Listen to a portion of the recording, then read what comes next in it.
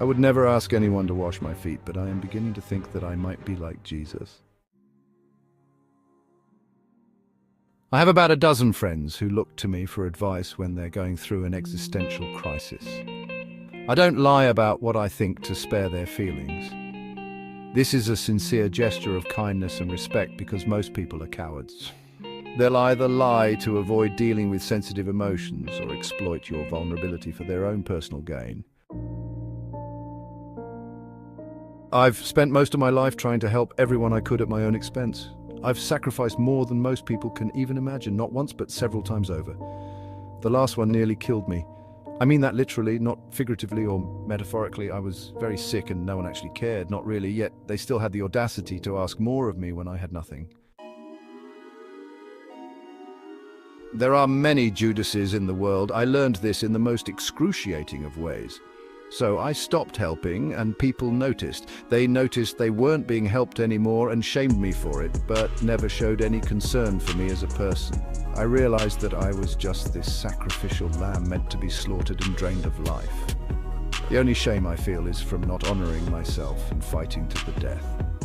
Death scared me, but it doesn't anymore. I always appeal to truth. If I'm wrong, then I can be right. I'm not a stone Buddha or a wooden Jesus. I'm alive, and that means I change and adapt. I'm not rigid, fixed, or frozen by fear of the unknown like most people. I do not think of myself as superior to anyone. As Jesus is said to have said, "You too can do as I." I have no doubt this is absolute. I deem only those who imitate and signal virtue for the purpose of social inclusion to be inferior to me.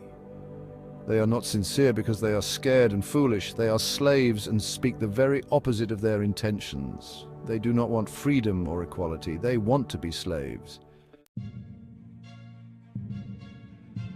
I challenge the social and cultural constructs of the modern day because I see their cancerous nature.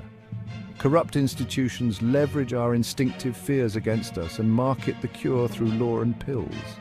The proponents of order are the ones who propagate chaos. The medicine is the poison.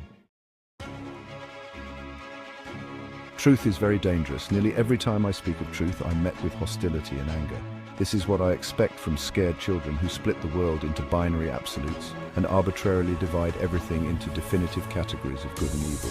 These are primitive defenses of those in a state of internal crisis. They are not capable of rational thought until they acquire a sense of inner calm.